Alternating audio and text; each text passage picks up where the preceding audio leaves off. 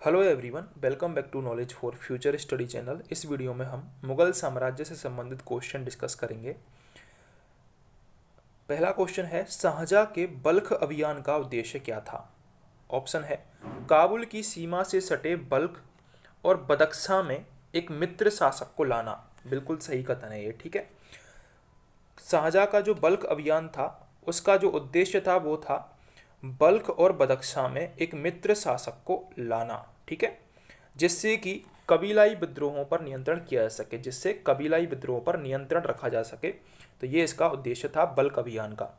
ये क्वेश्चन आ सकता है कि बल्ख अभियान किसने भेजा था? तो ये शाहजहाँ ने भेजा था। किसने भेजा था? शाहजहाँ ने भेजा था, ठीक है। तो ये आपको याद रखना है। अगला जो क्वेश्चन है वो कथन और कारण से संबंधित है, ठीक है। कथन है इसमें, सम्राट अकबर ने 1581 में विशाल सेना सहित अफगानिस्तान की ओर कूच किया था। तो ये बिल्कुल सही कथन है, ठीक है।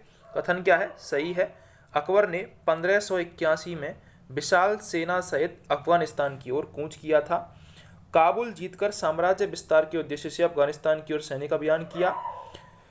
वे मध्य एशिया में अपने पैतृक देश फरगना को वापस प्राप्त करने के लिए अग्रसर थे। ये गलत कारण है, ठीक है। कारण गलत है, इसका कथन सही है। तो यहाँ पर सी ऑप्शन करेक्ट हो जाएगा, ठीक है। अगला क्वेश्चन है, बाबर को भारत पर आक्रमण करने के लिए आमंत्रित करने वालों में से एक आलम खान कौन था? ऑप्शन है इब्राहिम लोदी का संबंधी था, वह दिल्ली के राज सिंहासन का दावेदार था। तो ये बिल्कुल सही कथन है, ठीक है। जो आलम खान था उसने ही बाबर को भारत पर आक्रमण करने के लिए आमंत्रित किया था। ये कौन था? आलम खान दौलत खान लोदी के साथ मिलकर बाबर को भारत पर आक्रमण करने के लिए आमंत्रित किया। पानीपत के प्रथम युद्ध में 1526 में हुआ था। ये पानीपत का प्रथम युद्ध 1526 में हुआ था, जिसमें बाबर ने इब्राहिम लोदी को पराजित किया था। बाबर ने इब्राहिम लोदी को पराजित किया था, ठीक है। तो किसने बुलाया था? ये आलम खान ने बाबर को आमंत्रित किया था। ये इब्राहिम लोदी का संबंधी था और दिल्ली के राज सिंहासन का ये दावेदार था। किस मुगल सम्राट के काल में इंग्लिश ईस्ट इंडिया कंपनी ने भारत में अपना सर्वप्रथम कारखाना स्थापित किया? बहुत इंपॉर्टेंट क्वेश्चन है और पूछा जा रहा है रेलवे के एग्जाम्स में, ठीक है। तो विलियम हॉकिंस, ये जहांगीर के दरबार में आए थे। विलियम हॉकिंस और सर टॉमस रो ये भी जहांगीर के काल में आए थे। सर टॉमस रो जो कि कब से कब तक रहे थे? 1615 से 1619 में रहे थे। और जहांगीर ने सर टॉमस रो को खान की उपाधि भी धारण दी थी, ठीक है। ये भी आपको याद रखना है। तो जहांगीर से सूरत में 1613 ईस्वी में फैक्ट्री खोलने की अनुमति प्राप्त कर ली थी विलियम हॉकिंस ने। तो जहांगीर के टाइम पर इंग्लिश ईस्ट इंडिया कंपनी ने भारत में अपना पहला कारखाना खोला था, ठीक है। और कहाँ पर खोला था ये कारखाना? सूरत में खोला था। अंग्रेजों ने सूरत में अपनी पहली फैक्ट्री किसकी अनुमति से स्थापित की थी? तो इसका करेक्ट आंसर आपको पता है, ऊपर डिस्कस कर लिया, जहांगीर की अनुमति से, ठीक है। जहांगीर ने यह अनुमति किसको दी थी? विलियम हॉकिंस को दी थी, जो कि राजा जेम्स प्रथम का राजदूत था। फतेहपुर सीकरी का इबादत खाना क्या था? जो फतेहपुर सीकरी का इबादत खाना था वो क्या था? वह एक भवन था जिसमें विभिन्न धर्मों के विद्वानों के साथ अकबर चर्चा करता था। फतेहपुर सीकरी का जो इबादत खाना है उसमें अकबर विभिन्न धर्मों के विद्वानों के साथ चर्चा करता था।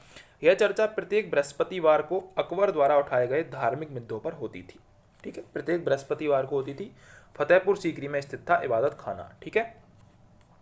अगले क्वेश्चन पर चलते हैं। अगला क्वेश्चन है, बाबर के भारत में आने के फलस्वरूप क्या हुआ था? उपमहाद्वीप में बारूद के उपयोग की शुरुआत हुई। इस क्षेत्र की स्थापत्य कला में मेहराब और गुंबद बनने की शुरुआत हुई। इस क्षेत्र में तिमुरिंद राजवंश स्थापित हुआ था, ठीक है। भारतीय उपमहाद्वीप में जो बारूद का सर्वप्रथम प्रयोग था वो 1367 में हो गया था। बहमनी और विजयनगर साम्राज्य के बीच युद्ध में हुआ था। 1367 में बहमनी और विजयनगर साम्राज्य में युद्ध हुआ था 1367 में। उसी में बारूद का उपयोग हो गया था। और स्थापत्य कला का जो मेहराब और गुंबद बनाने की शुरुआत है वो भी बाबर से पहले हो गई थी, लेकिन बाबर के भारत में आने के फलस्वरूप तैमूरी राजवंश स्थापित हुआ था। थर्ड ऑप्शन यहाँ पर करेक्ट हो जाएगा। तैमूरी राजवंश बाबर के आने के फलस्वरूप स्टार्ट हुआ था, ठीक है। अगले क्वेश्चन पर चलते हैं। अगला क्वेश्चन है, निम्नलिखित में से क्या सद्र उस सद्र से संबद्ध है? तो सद्र उस सद्र, ये मुगल काल में न्याय विभाग का प्रमुख था। सद्र उस सद्र, ठीक है। तो यहाँ पर सी ऑप्शन करेक्ट हो जाएगा, न्यायिक प्रशासन। इसे काजी उल कुज्जात भी कहते थे। यह लोगों के आचरण, नैतिक आचार, शिक्षा आदि पर नियंत्रण रखता था। मुगल काल में भू राजस्व से संबंधित शब्द थे जाबीताना, महासिलाना, आब बाब और दशहरी। ये भी आपको याद रखना है। 1540 ईस्वी में किस युद्ध के पश्चात हुमायूं को हिंदुस्तान से बाहर कर दिया गया था? इंपॉर्टेंट क्वेश्चन है, बार बार पूछा जा रहा है, ठीक है। तो मुगल साम्राज्य से संबंधित इंपॉर्टेंट क्वेश्चन है ये। 1540 ईस्वी 17 मई को अफगान और हुमायूं के बीच लड़े गए कन्नौज का युद्ध था ये। कन्नौज बिलग्राम के युद्ध में हुमायूं परास्त हो गया था, जिसके परिणाम स्वरूप हिंदुस्तान की सत्ता एक बार अफगानों के हाथों में आ गई थी। इसके बाद हुमायूं ईरान की ओर पलायन कर गया और हुमायूं के साथ उसके भाई हिंदाल और अस्करी भी थे, ठीक है। ये आपको याद रखना है। तो कौन सा युद्ध था? कन्नौज का युद्ध था, जो कि 17 मई 1540 को लड़ा गया था और अफगान और हुमायूं के बीच में, और जिसमें कौन जीता था? अफगान जीते थे, ठीक है, और हुमायूं को पराजित होना पड़ा था। दीन ए इलाही किसके द्वारा स्थापित किया गया था? यह भी इंपॉर्टेंट क्वेश्चन है, पूछा जाता है। तो दीन ए इलाही की स्थापना की गई थी अकबर के द्वारा। 1582 ईस्वी में अकबर ने दीन ए इलाही, जिसे तौहीद ए इलाही भी कहा जाता है, इसका प्रारंभ किया था। अकबर के सुलह ए कुल की नीति पर आधारित दीन ए इलाही का उद्देश्य विभिन्न धर्मानुयायियों में एकता, सामंजस्य स्थापित करना। इसकी अवधारणा शेख मुबारक ने विकसित की। इस पंथ में दीक्षित शिष्य को 4 चरणों और 4 गाना ए इखलास को पूरा करना होता था। तो दीन ए इलाही किसकी स्थापना की गई थी? 1582 में। किसके द्वारा? अकबर के द्वारा, ठीक है, अकबर के द्वारा।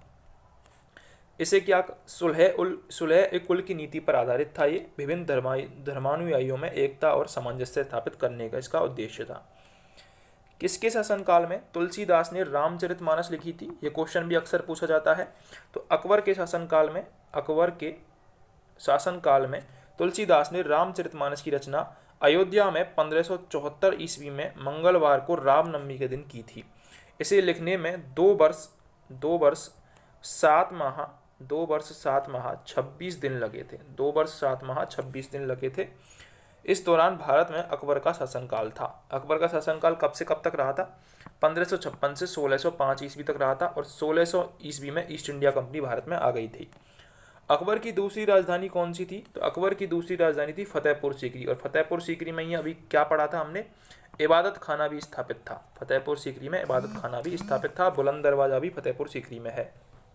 अकबर ने अपने गुजरात विजय के पश्चात फतेहपुर सीकरी को अपनी दूसरी राजधानी बनाया।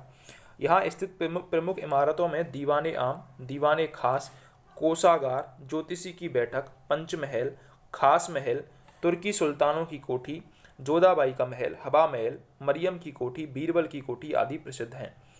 तुर्की सुल्तान का महल इतना सुंदर है कि पर्सी ब्राउन ने उसे स्थापत्य कला का मोती भी कहा है, ठीक है, ये आपको याद रखना है। भारत का प्रथम मुगल बादशाह कौन था? तो बाबर भारत का प्रथम मुगल बादशाह था, जिसने 1526 में पानीपत की युद्ध में इब्राहिम लोदी को हराया था और मुगल वंश की स्थापना की थी। तोपों का प्रयोग सर्वप्रथम किया था इन्होंने। और 1527 ईस्वी में खानवा के युद्ध में राणा सांगा को भी बाबर ने ही हराया था। ये भी आपको याद रखना है। अगला क्वेश्चन है, निम्न में से किसने मनसबदारी प्रथा का सूत्रपात किया था? ये क्वेश्चन भी अक्सर पूछा जाता है और बहुत इंपॉर्टेंट है। जो मनसबदारी प्रथा है, इसका सूत्रपात किया था अकबर ने। मनसबदारी प्रथा का सूत्रपात अकबर ने किया था। मंगोलों की दशमलव पद्धति पर आधारित मनसबदारी व्यवस्था का सूत्रपात मुगल शासक अकबर के समय में हुआ। मनसब एक अरबी शब्द है जिसका अर्थ होता है श्रेणी। यह व्यवस्था जात एवं सवारों से इंगित होती थी। शब्द जात से व्यक्ति के वेतन या पद की स्थिति, जबकि सवार शब्द से घुड़सवार दस्ते की संख्या का बोध होता था।